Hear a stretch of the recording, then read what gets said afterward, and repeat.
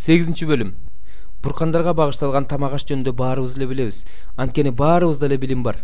Бирок билим адамды текебер кылат. Ал эми сүйүү адамдын акылына акыл кошот.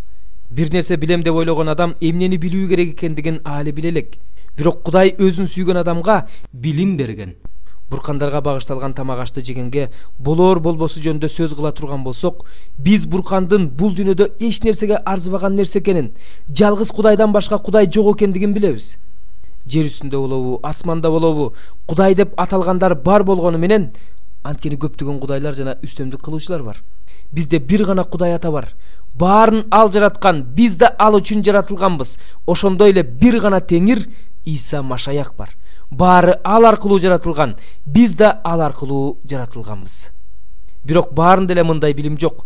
Кээ бирөөлөр азыркыга чейин өздөрүнүн бутпарастык эски адаты боюнча бул тамакты буркандарга багышталган тамак катары жешет. Алардын абийири алсыз болгондуктан булганат.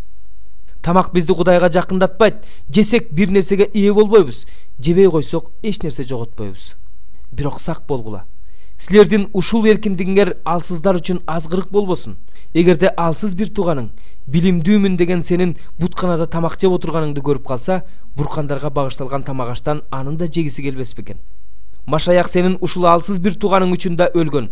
Сен болсо өз билимиң менен аны өлүмгө дуушар кылып жатасың.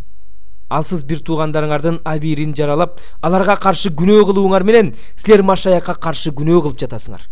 Эгерде мен жеп жаткан тамак бир тууганымдын азгырылышына түрткү болсо, бир тууганым азгырылбашы үчүн мен этти эч качан оозума албайм.